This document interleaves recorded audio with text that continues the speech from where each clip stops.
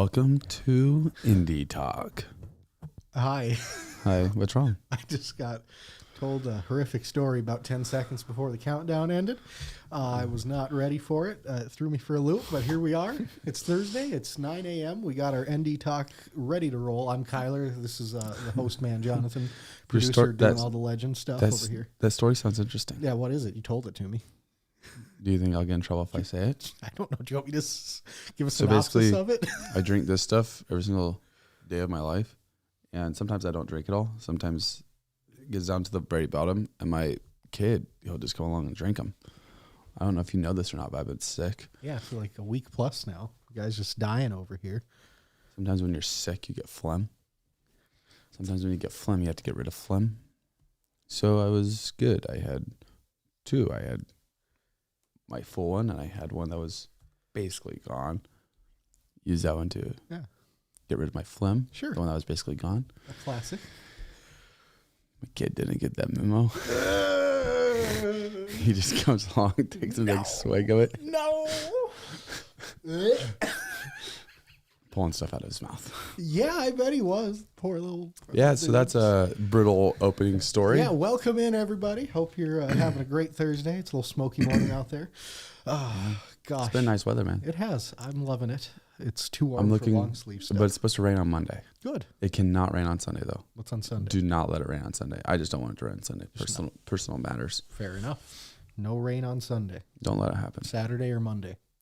Yeah, preferably not Saturday, but you could live with it. Maybe, I might be able to. Others might not be able to, but not on Sunday. It's no Sunday rain. That's fair. So what's been going on? Well, there was this big deal that happened yesterday. Yeah, there's a couple things that happened yesterday. One of them was a police chief forum. Yeah, that's a big thing that we've been talking about for a few months here. Finally starting to come to a finalization. Had the three finalist candidates that stayed in the race all sat down at City Hall last night and had a little forum. I wasn't there live, but I got a chance to watch it back, and it's crazy. Yeah, it was a fun little forum. It was obvious. We have interim chief Dale Pless, of course, and we have Bismarck State College chief of police Michael Fry, and you have chief of police of Lake Hallie, Wisconsin, I think it was called. Well done. And yeah, and there was one time he made a slip though. Did you? What did he say? I might have missed and he referred to some other area instead of Minot, but it wasn't Lake Hallie. It was right at the beginning, and I was curious. As to what he might be referring to as like this is one of 5 interviews that he's doing. You know, who know, I don't know how many interviews, right? It's true. So. And that's something to remember during this whole process. Like, as much as we're interviewing them, they're interviewing us. Mm-hmm. This is the thing. Because as we've already seen, until they sign a contract, they can back out at any point. Yeah. I mean, yeah. Okay, fair. Nothing's final until. But also, like you're talking about the 4th finalist, but also even our own city manager. Yeah. You know, it was stated that he applied at several jobs and he's a finalist at least one at Lakewood. Yeah. Yeah. You have an update on that? I have not gotten any. Bro, you going to fly out there for the interview? You should. That would be epic.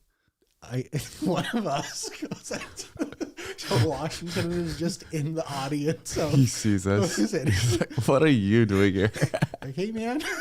How you doing, Harold? Just went on a little trip, man. Flying back out of SeaTac tonight. I'm not staying the night. Yeah. End up on like the same flight back. Like somehow your seats are next to each other. Like just the longest 3-hour interview. Just pull out a camera. We're doing a podcast. You ready? I got a mic and everything. I got my computer. I got a portable charger. Oh, that'd be hilarious. Harold, we won't do that to you. Don't worry. I don't think we will. Not this time, I promise. Maybe if there's a future one, we could. Could you imagine though? That'd be hilarious. Because he was there last night. He was at the forum. I think most of the city council was there. The decision. I believe that the city stated that basically the ball's now in his court. Essentially, he has to bring forth a recommendation to city council. Okay, that's kind of what I was going to go with next. It's at this point, I guess in theory he could recommend not to hire any of the 3, but I don't see that happening. No, I wouldn't say that. No. Yeah. I think he decides on one of the three. It's if council agrees or not at that point. I think at the minimum you have pluses being the recommendation. Like I think I say at minimum, I feel like he was the lead going into it, right? Because that's what I mean by minimum. Name recognition, the guy that's been here doing it already. Yep. Even if the recommendation's to go outside, he's I think he's the front runner. How about that? So City of Minot says next steps are city manager Harold Stewart. All the interview panels today will be tallied. Survey data will also be collected today during an open forum discussion with Minot Police Department officers and also with the public during the evening meet and greet. Taking the time needed to consider the data and pursue any follow-up, our city manager will present a recommendation to Minot City Council. That's Harold. Yeah. But no, I look forward to seeing his recommendation from it. They went a little over an hour last night at the forum. Mm-hmm. All three of them had pretty good opportunities to talk. Just some quick takeaways from it. Michael Fry, the former Minneapolis and current Bismarck State College chief of police. What'd you think of him? He liked to talk. He was a talker. I feel like he would be a great guest on the podcast someday. Yeah. He would actually probably be a lot of fun. Unironic. He had some wild stories he was telling there, all across the board, from being on the beat in Minneapolis to working SWAT to animal control kind of stuff. He's had a lot of different interactions. For Ed, or Oregon Jr. I always want to, his name always gets me mixed up. I'm sorry. His accent was my first thing I noticed. You loved his accent. He is a New Yorker for a fact. But he has a ton of experience too. And he's got like 20 some years as like a DEA guy or something. So he's been all over the place. He's been in Lake Hallie now for a few years as the chief of police there. And I think this is the next, I don't know any of their ages, don't know any of their plans, but this might be his next and final step in his career at this point. Right. So who is your favorite? Of the three? Man, yeah. I don't know if I can pick just one. And obviously I think we all can't pick three. But this is my feelings on it. I'll lead on this one. Go for it. Because I actually have an answer for this one. I feel like you had one candidate and then you had two candidates. Like they're two different categories. Sure. Okay. You have one that is current chief pluses, right? Yep. And so a lot of the answers that he was giving was stuff that we were familiar with. Yeah. It's stuff we have talked about and talked to you about on the podcast. Yeah, we got those answers before. Yeah. Because we were doing good jobs. So that's A. And then you have the challengers, the two others, right? Mm-hmm. So I enjoyed Fry a lot. Mm-hmm. He is interesting. Like you said, he enjoyed talking. He was entertaining. He was. He was entertaining. He rolled with the moments, changing the mic out. Yep. You know, he rolled with that pretty like, I'm nervous enough already. Now we got to do this. And because he was working the crowd a little bit. Yeah, he was. He was doing a good job with it. He's definitely a people person. Yeah. I'm not saying the other guys aren't, but he was feeding into it. Right. At that point for sure. Right. And then I feel like Oregon, he was very quiet.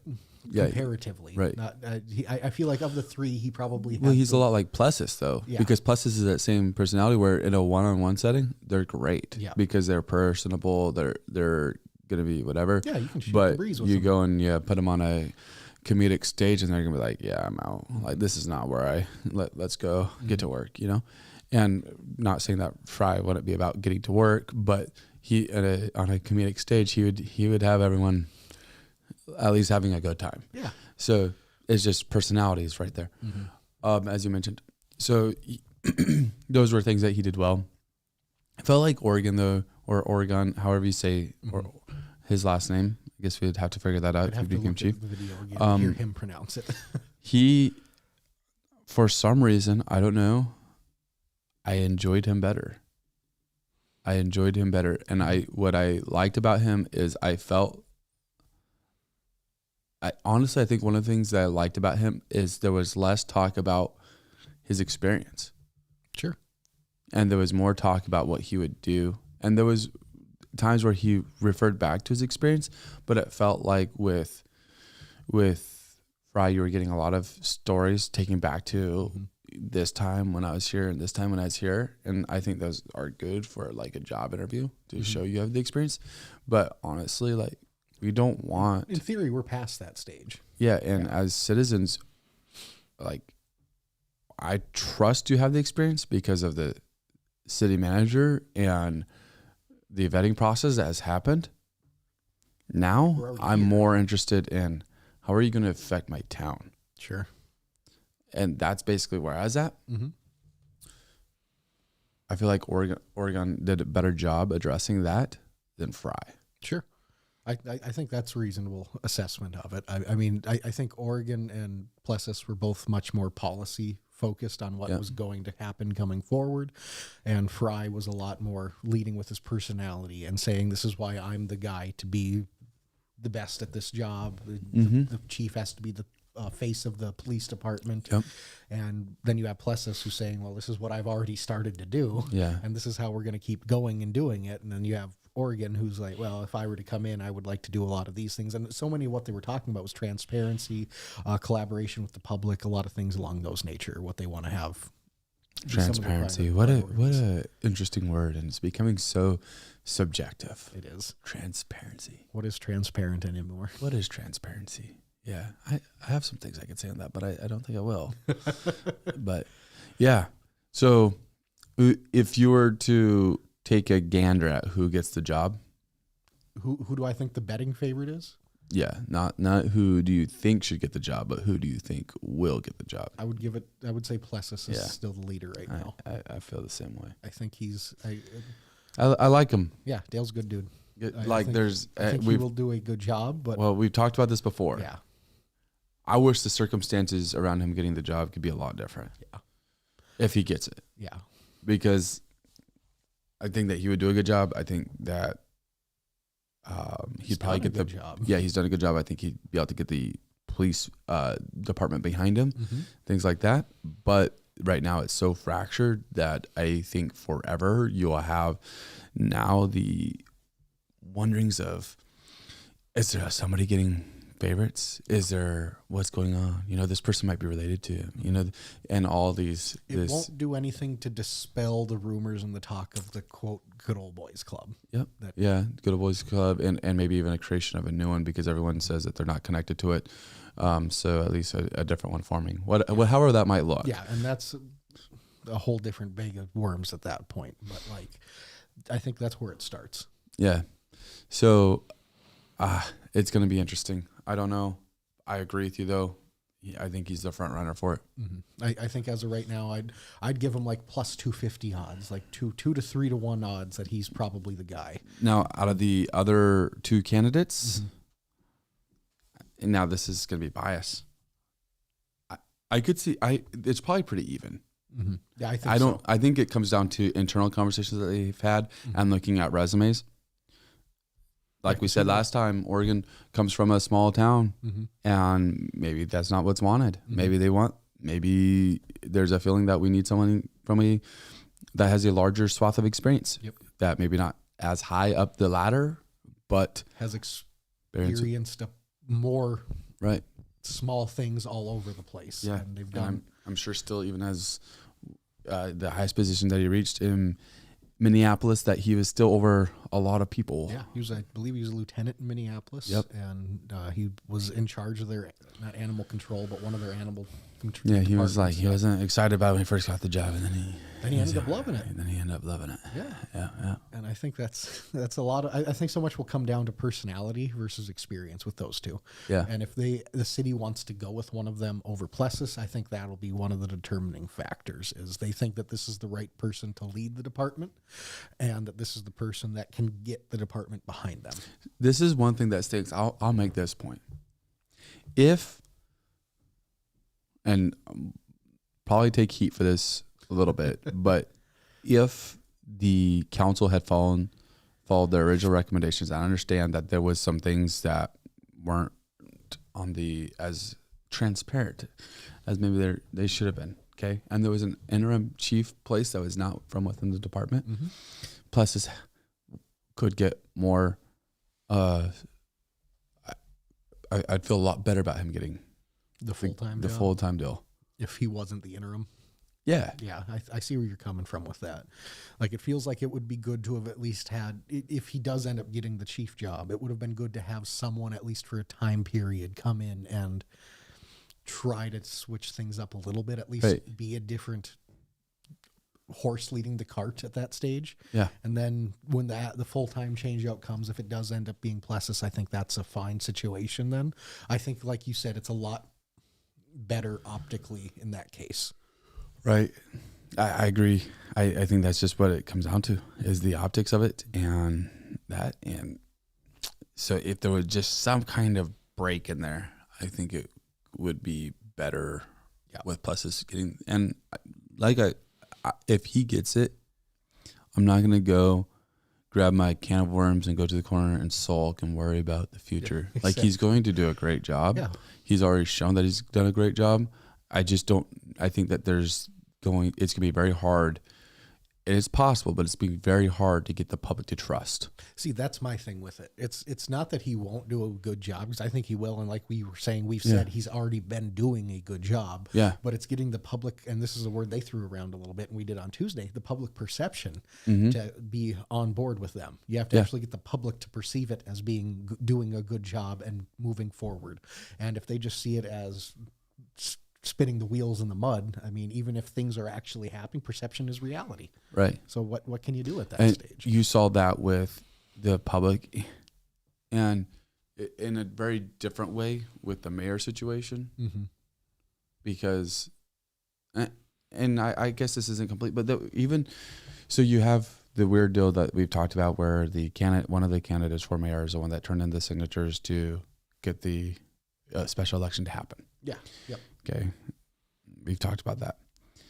But there was on social media, there was a lot of backlash like, yeah, we totally should have a special election. Because there became a lack of public trust, and then the public began to basically feel that even though that they elected the city council, they didn't elect the city council person to become mayor. So, we don't trust that, basically.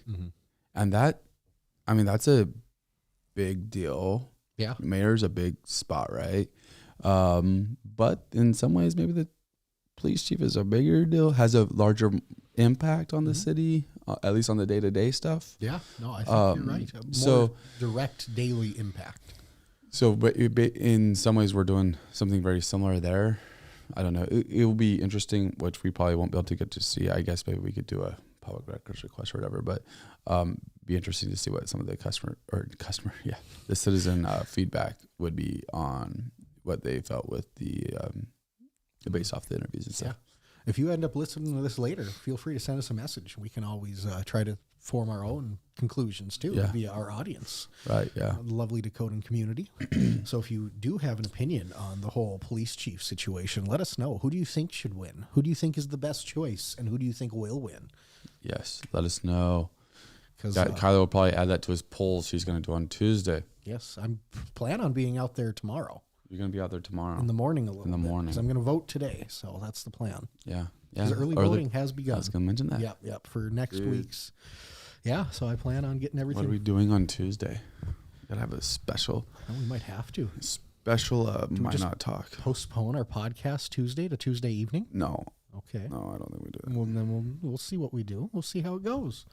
Yeah, 9 a.m. Maybe we should go get, I don't know. We can talk about that later. Yeah. It'll be interesting, though. Yes, make sure you get out and vote on Tuesday or today or tomorrow or Monday. Yep. The polls are open 8 to 5, I believe, is early voting at the county Ward County Courthouse between now, or the administrative building, between now and Monday. And then 7 a.m. to 7 p.m. Tuesday, polls are also open. And it all comes to fruition. Will Minot have an 8% sales tax, or are we going to sit at 7.5% still? We're doing an ice bucket challenge, but that's for the mayor one, right? Yeah. Okay, I was just making sure because I was like, wait a minute, if we did this one, I'm taking a bath. Wait. I don't know. I'm going to have to look back at it. I think it might have been this one that we said the numbers for. Okay. Hopefully not, because I don't think this is the one we meant to. We'll clarify it, and we'll definitely by Tuesday morning when we have our podcast, we'll clarify it. Yeah, we will. But if we meant to do it, then we'll hold to this one. It. Yeah, We'll listen to our conversation again, and we'll see how it. So one of us is taking a bath. Either way, no matter what, one of us is taking an ice bucket. Yeah, regardless, bucket on our head. A big old bucket of ice water dumped on us. Yeah, it's gonna be a good time. Yeah, yeah. Just looking forward to dumping it on your head. That's fair. I mean, we could do it in here. It'd be like old times. And there's a flood in our office. All right, very cool. So that's happening. That's coming up. Make sure everyone gets out and votes. Make sure you get out and vote, please. I'll give you, even if you come and vote tomorrow morning, you're out there voting early. I'll be wandering around. Hopefully they don't yell at me. But I hope they do. I hope they let you stay, but I hope they yell at you. I'd be like, why? They might like you. They might just be yelling at good things. Keep it up. You're doing great. I'd be so confused. But no, maybe you'll be able to meet a police chief. Yeah, you never know. See who's there. See who's wandering around. And then get the inside scoop. And then take you to the next door. Take me downtown. You'll be already downtown. Take me more downtown. Yeah, next door. Proverbial, yeah. Next door. Come book me. Yeah, yep. There we go. That's the word. The Ward County. All right, very cool. We're hitting that place where we're all over the place. We better get back on subject. Let's wrap it up. Yes. Do we have any final words on the police chief subject? No, not right now. Obviously, the city's gonna be pretty tight-lipped about things. Otherwise, we would try to do an interview with city manager on it, but it's gonna be pretty tight-lipped, respectfully, understandably. Yep. Like all is good with that. Good chance, and we'll probably have a good idea tonight, but good chance that we'll probably have a recommendation Monday. I'm not saying this is me. Oh, you think so? This is me speculating on it. I think so. I think the recommendation will come Monday. Wow, that'd be fast. That's the next city council meeting, right? Yeah. Yes. Yep. Yeah. That's my guess. The first one of. That's my take on it. That'll be fast, man. It would be, and I think they're ready to move forward on it. And also, if there's something else that Harold has brewing, I feel like he wants to have a recommendation out as quickly as possible. Yeah. Yeah. No, that's fair. And I think so much will come down to if the council again wants to go with his decision or not. Yeah. And that, this is wild speculation. Say it. What if Harold recommends someone? The council rebuffs it, and then the person the council wants to hire doesn't want the job. Well, so you went a little bit further than what?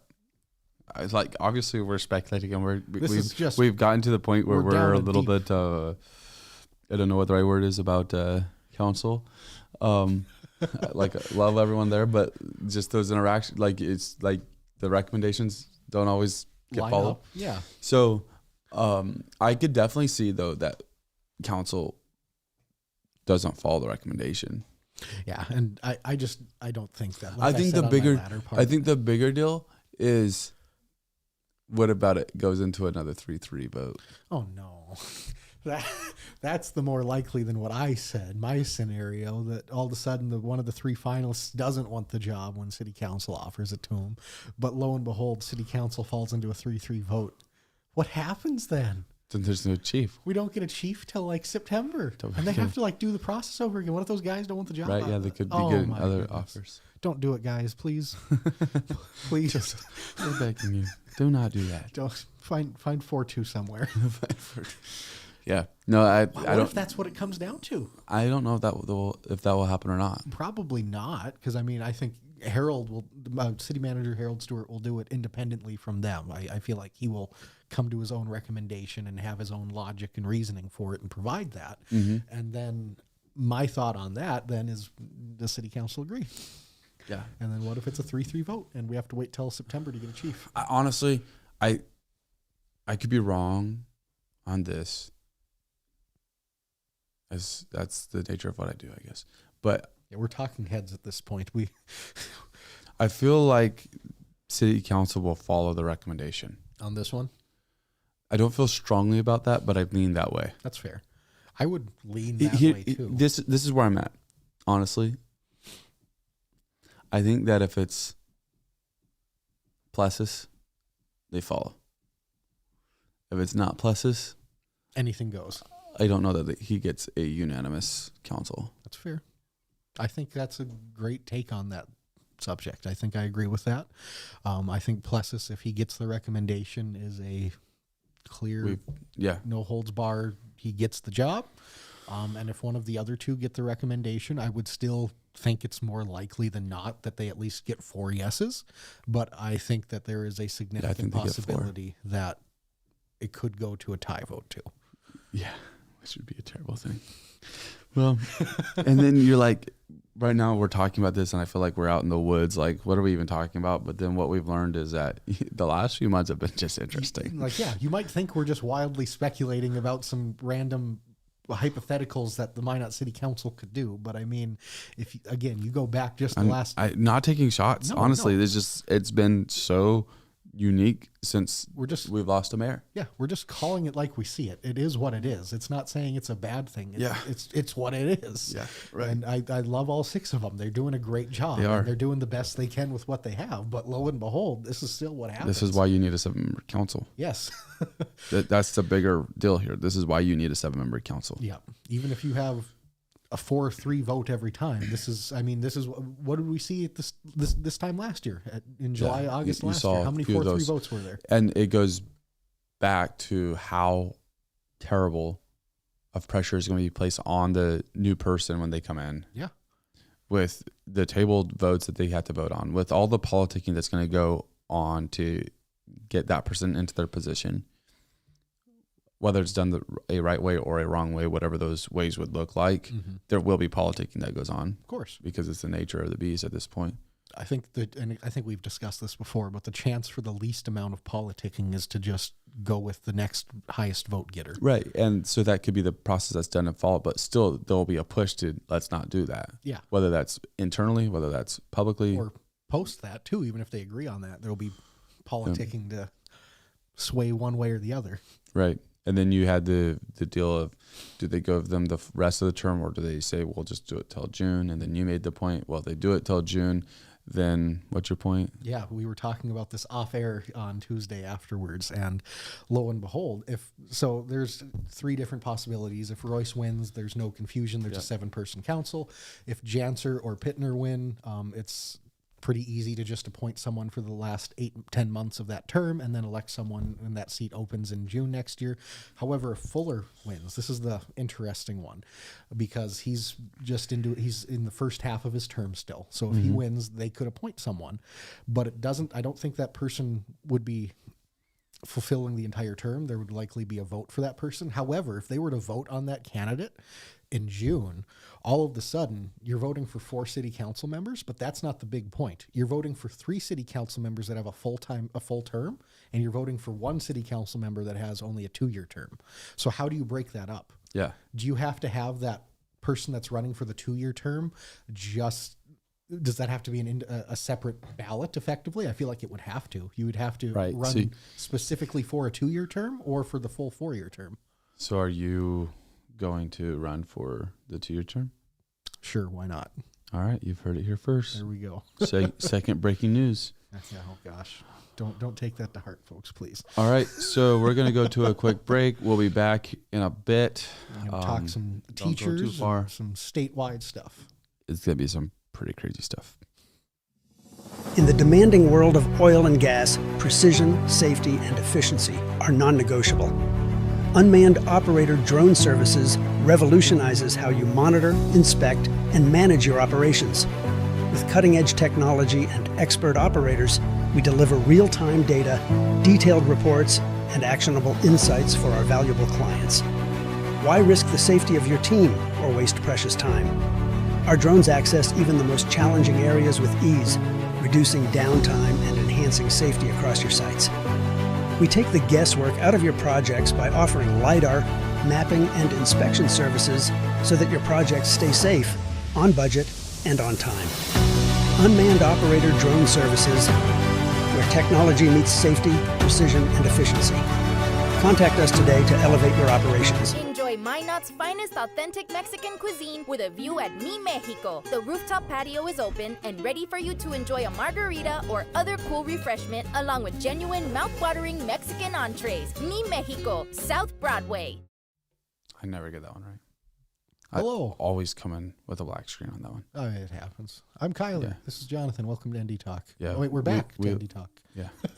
Sorry.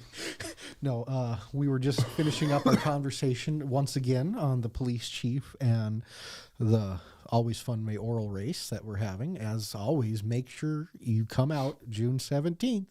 Minot, Mouse River Players Theater, downtown Minot, June 17th, 6 p.m. The Dakotans hosting a mayoral debate. We'll have all 4 candidates present, and it's going to be a great time. Doors open at 6 for a little meet and greet. Then at 7, the debate starts, and will last about hour and a half. So be sure to check us out. It's going to be a fantastic evening, and of course, it is free entry, so no worries about having to pay to get in, reserve seats, nothing like that. Seating is limited, so make sure you try to show up early, but it will be a fantastic evening. We did get notification yesterday that candidate Mark Janser dropped off his signatures yesterday. Yes, yep, we did hear that. So that's He big. did post that on his Facebook page. I think that has 2 that have officially dropped them off, and I know at least one other one had plans to do so this week, and not sure about the other. So it's all coming to a head where we actually have 4 candidates. No, we're going to have to start doing some digging on the backgrounds, and for when Jonathan goes and does the interviews with everyone. Gonna go deep. That's going to be my specialty. I'll dive into their backgrounds, and I'll give Jonathan the hard-hitting questions. Yeah. No, honestly though, we will be reaching out to the candidates soon. We'll be setting those up. We're planning on having them all released before the debate. And so all that will happen when it happens. Hoping to do it with every candidate. Every candidate will be given the option. But we're hoping to actually ask big questions. Yeah, at least a couple. Yeah. So some like I don't know that we're going, like when you say hard hitting, we're not trying to put people on a hot spot on where it's goes too far or anything like that. But we are hoping to ask questions that are going to be very, very important and not just get to know the candidate. Yeah, stuff that's meaningful and relevant, stuff that has to do with their background, their current positions, whatever it might be, and also what their positions are going into the future. Yeah. So look forward to those interviews. If there's questions that you want asked, let us know and we will consider them. Definitely. It's going to be great times. And yeah, like Jonathan said, we'll probably start getting those interviews recorded in the next week here or so, and they should be out by the 17th. Very, very good. I look forward to it. It's going to be a great night on the 17th. Oh, yeah, for sure. I'm looking forward to that. It'll be a blast. It will. Got a big production crew coming in to do everything, all the lights, sound, audio. It's going to be for done us. right. Yeah. Not going to have to risk us not having audio or any, which knock on wood, we haven't done that in like weeks at this point. You're just trying to jinx us at this point. So everything's going to just can just freeze go up away. all of a sudden. All right. Great. Last night also, Yes. yesterday Dive and in. last night, there's a few things that were going on with the Minot Public School District again. Yeah. It's hard to find this stuff, but it does happen. And that was an interesting thing, because when we were talking here on Tuesday, we were struggling to find the dates of some stuff. Like we found that there was a special school board meeting yesterday at noon, which is an interesting time, and then did get confirmation that Tuesday night there was a meeting, and then because it took too long, they scheduled a follow-up meeting for last night. And then last night it sounds like they're getting closer to a new contract, because typically with all of this, the contract is signed before the end of the prior school year. So the fact we're at already a week past is a little unusual for the situation, especially going into this year when Minot is facing a high number of teacher turnover. We're having over 30 teachers resign from their positions for varying reasons. So that's going to be big going into this year. But it sounds like one of the bigger issues they had was taking away the pay raise and offsetting it with some changes in the benefit plan. But for some of those people, especially the tenured teachers, that benefit plan was overgrowing the pay increase. So they were actually would be taking a hit to that pay cut, or to their pay at that point. It wouldn't be large, but it was still a decrease at that point in overall pay. So now you go and you're looking at what they're trying to do now. It's trying to make things a little bit more easier, and then they were going to add a bonus onto it. That was the key, like a bi-yearly, after each semester, a bonus for the teachers. And it's not huge. It's like $1,000-ish, give or take a couple $100 either way, but that's kind of the tentative deal on that end. And I just look forward to trying to see if they can get something finalized here, because I really think the sooner the better in this situation. Right, for sure. No, I agree with you. Sooner the better, absolutely. Do you think they're going to get a deal done, or going to come to an impasse? I think I was thinking as of going into yesterday, I thought an impasse was almost certain. But what it sounds like coming out of the meeting, I think that there's a good chance that they have a deal done. I'm not going to guarantee it, but I think it sounds like something's going to end up getting done. We did reach out to a school board member for interview for today. Didn't work out due to ongoing negotiations, they said. So apparently they're still going through negotiations. Yes. So we'll see how once it's settled, though, we'll definitely get some conversations where they can be more open and talked about. like it has to go. I think they tentatively agreed on the structure of it last night, but now it has to go to the actual Minot Educators Association to get confirmed. And then at that point, when both sides do agree to it, it has to go back to the school board For final approval. Yeah. Makes sense. Deanne says that we should go to the White House. They have a new section in the press room for podcasters. That would be a blast. That would be out of control. I would feel like a fish out of water. You know how fast paced that is?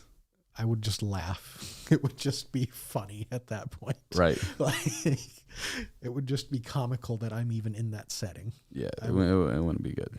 No, I don't think I should go there. I would have a blast. I want to. Oh, it'd be fun. Yeah.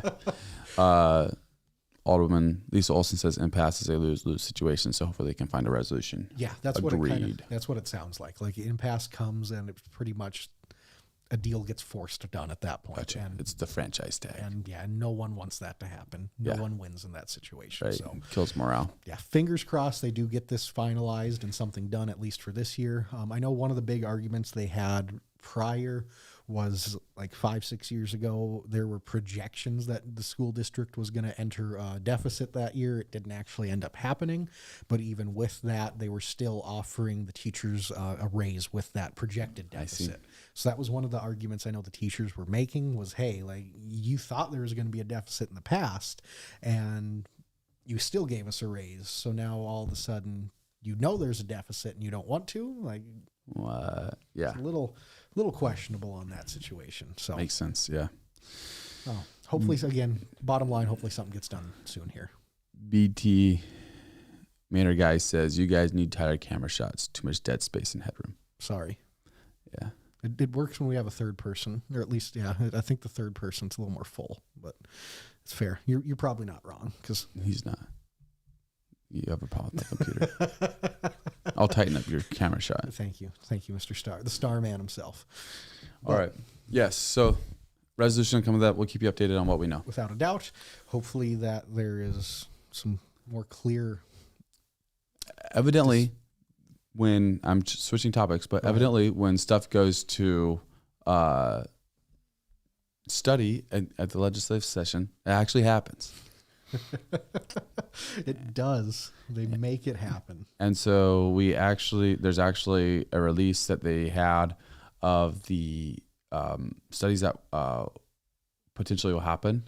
And the North Dakota Legislative Management approved a list of study directives for the interim session encompassing 20 required studies and 47 optional ones. 67 studies. That's a lot. Creepers. That's more than there are states. Wow, you're right, Jonathan. Congratulations. But yeah, no, there is a lot of them coming right now. I know a couple of those 67, like Jonathan was saying, 20 of them are mandatory. A couple of those 20 ones are, they got some ag ones, couple energy ones, like they have to do a feasibility of the nuclear power plant study, see if that's actually something that can possibly happen. A couple other ones, like for human services, they have to do a child care licensing law and policy study. I don't even know what that's going to entail. They have to do a dual credit courses study for higher education. So talking about like students that are doing dual credit in high school that are taking college level classes, what that looks like in today's day and age. Then there's, of course, some of the big ones are the tax ones. There's a property tax reform and relief advisory committee. So kind of to help go forward with a lot of these processes. And of course, there's a fire service response needs study. Like these are just the required ones. We're not even into the optional ones here. It's crazy. They have a lot to do now all of a sudden. Yeah. So, and it's interesting what happens when they come out of study, because sometimes it'll produce a bill and sometimes it won't, as it should. That's how it should happen. Yep. You shouldn't But guarantee something. what they say is that when it gets forced into study, that's where stuff goes to die. So it starts out as a bill, and they're like, well, we should do a study on this. And so then they go and they do a study, and then it never happens. Okay. So an example of that, and I don't know that it's one of the studies, but might be something where they were going to revamp the health coverage for state employees. Sure. Yeah. Right. That was a highly debated topic. Yep. Passed, but some of them were saying we haven't even had a study on this yet. Yeah, and what it could potentially, Right. what the potential outcomes would be from it. Right. Yeah. And I guess that brings up another question too. Do we need studies on things like this? Not even anything specifically, more generally, how many studies do we need? Because when you have a bill, like, should we have had a study on property taxes prior? What will a cap do? Yeah. Like, I mean, if you go down that route, now all of a sudden you have to do a study for every single thing that you want to try to pass. Maybe not literally everything, but a vast majority you have to do a study for now. And so I feel like that's a balance that they have to try to walk down.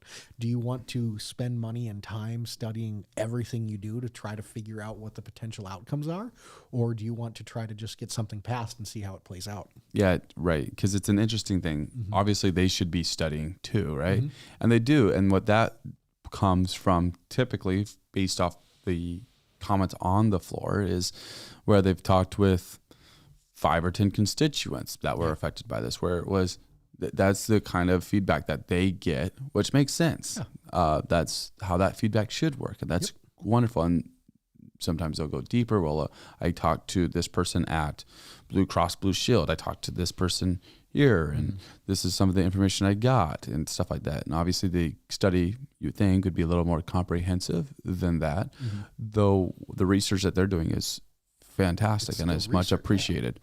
Yeah. So I don't know that everything should have a study, though, because I feel in my life that typically the more I study something, it can be a wonderful decision until you start studying it, and then you're like, dude, I don't even know anymore. There's so much information. It can overmuddle things. It's like, how many times have I found out that I had an incurable disease because I was coughing, and I went to WebMD, How many times have I been diagnosed with cancer by WebMD? Right. Yeah, it's awful, and it's just because went to the wrong place to study. Mm-hmm. And you get information overload because in today's day and age, you can find... That's one thing you can get. Yeah. You can find numbers to support about anything that you want. And that can be a good thing or a bad thing. And I just think in this specific case, it can lead to too much at times. So is there some way, though, that they could create an AI bot for the legislature? Yes. Yes, really. Okay. So you don't even know what this bot would do. Could they do it? Yeah, they could do it. I don't know what it does. Somehow get information that would be the important stuff, so that they could have basically a research assistant right there. I think this is something there's a bigger picture to this that you're not even necessarily going down, and that's because the North Dakota legislature doesn't have staff. This is something that we talked about with State Senator Jose Castaneda a couple of weeks ago.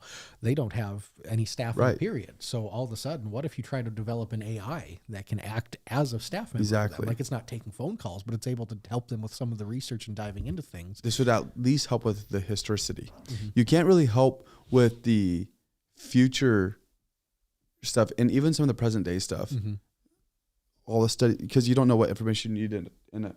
But if you're able to get a lot of the history of things and those conversations put into a AI database, where you could begin to pull that information out through a bot, through an AI agent, then suddenly that could be really useful. Yeah. Like, you shouldn't rely on it to do everything for you, but if it's able to help bring up historical facts and spread some of the picture out a little bit for you, I think it's a good thing.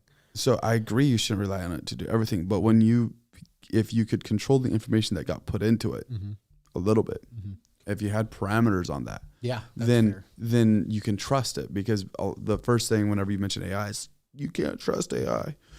Well, yeah, but what we're talking about is this is basically just a huge, highly effective search engine of effectively North Dakota history. Yeah, legislative history. Yeah, the North Dakota Historical Society. And like, that's the thing. You're doing this in a bubble. Right. It would be an intranet for the North Dakota State Legislature. It would be something that you have North Dakota people that have been in the legislature a long time. You have historians, experts on how these things work, and lo and behold, you're able to get parameters on it, and like you said, you know what goes into it, so you can try to help maintain that information it puts out a little bit better. Unmanned operator says that's easy to create. There we go. Now he's in that industry. He's in that space right now. So shout out to unmanned operator, but maybe we should go do that, man. Yeah. I don't think you could sell it though. I mean, they'd give money to a lot of places, but I don't know they'd give money to that. I wouldn't give it to us. If it was us, we wouldn't get nothing. But no, I think that is something that could be done. We know some state senators. You would think that they would want it. Yeah. You'd think that they would actually want it. Is this something that, especially with the effects of that we talk about way too often, that I always talk about, the effects of term limits. Well, it's going to happen. And even when you go and if you could create it for even your city council, just you know how hard it is to find out. Well, it's not that hard. You can go look at all the minutes. How much time does it take? Yeah, that's the better. Yeah. Is it worth the time to go in and not even resource?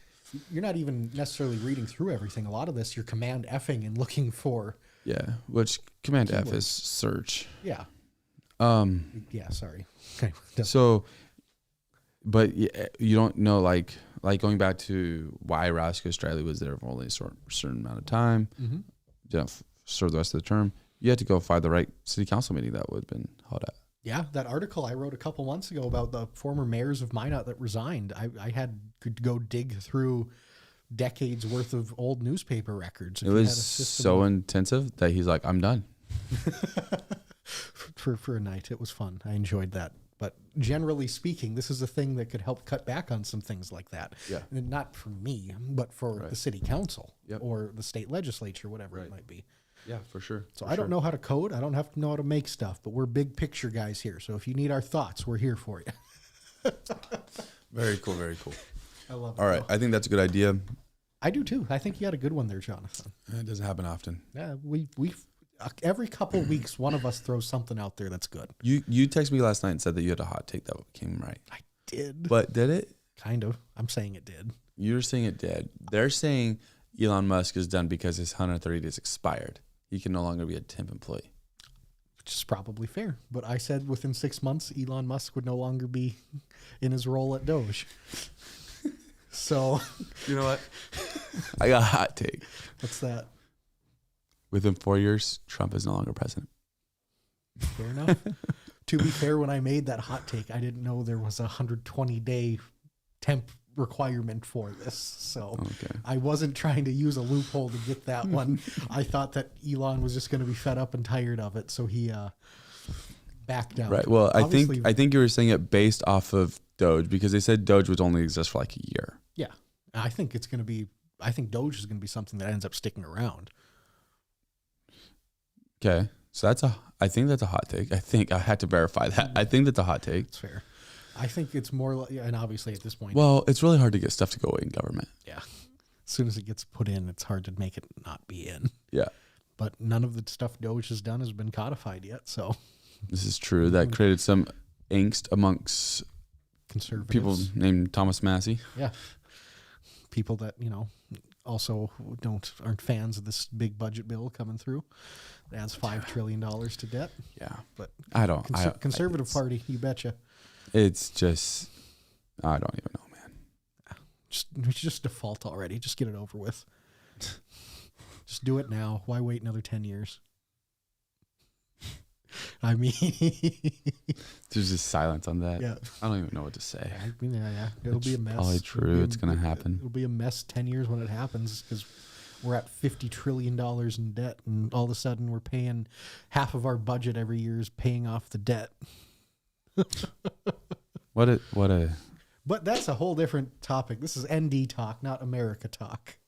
Yeah, it is. It's such a sad realization of eventually life catches up with you, man. Yeah, and no one in Congress, Democrats or Republicans, outside of like 3-4 people, actually care about reducing the debt. This and the it's deficit. it's actually creating some problems on the Senate side, though. Yeah, you're finally getting some people that are pushing back at it. Well, the only reason is because it's tight numbers. Yeah.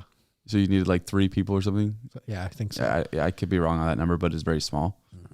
And I think it's still in favor to pass, but I know you have for sure. I've seen Rand Paul of Kentucky, and I think it was Ron Johnson of Wisconsin come out against it. Yeah, So we'll see what happens. Yeah, it'll be. We'll track it passively for sure.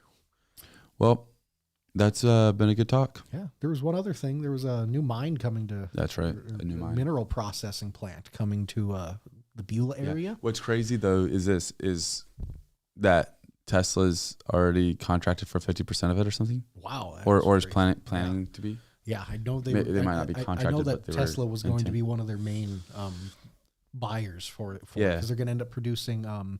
So they're taking byproduct from iron ore that's getting shipped out here from Minnesota. Which when I heard that at first, I was like, "What's the deal with that? Why would they just not build it there?" But here's the thing: when they're shipping it out here, it ends up getting the way the process works. It ends up getting combined with like peat and like coal byproducts. So that's where you end up getting a lot of the nickel, the cobalt, things like that from. I don't know how it works, but that's what it made it sound like. Kyler's pretty much a ChatGPT expert on this one. Yeah, exactly. Electrical vehicle maker Tesla has contracted to buy about half the nickel processed in Beulah. And the president of Talon Metals said the Department of Defense is like another likely user of the nickel and other minerals. So that's crazy. 50% or half. Gonna have to follow along with this. Yeah, but it's crazy because it's EV.